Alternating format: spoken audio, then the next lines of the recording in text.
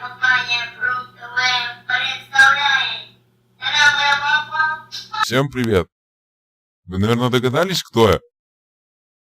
Шо, нет, шо ли? Это я, Миша Пронцев. Вам, наверное, интересно, почему меня так долго не было на просторах интернета? Сейчас я вам расскажу, почему. 1 сентября мы с друзьями решили отметить День знаний. Летом я учился ездить на УАЗике. После недолгой посиделки у меня дома я решил показать друзьям, как я умею дрифтовать.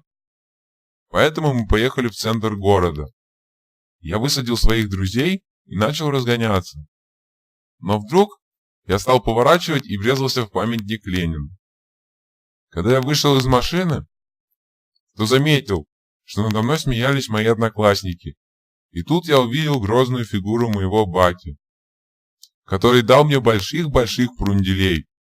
И вот по этой причине меня так долго не было в интернете. И на этом я прощаюсь с вами. Пока.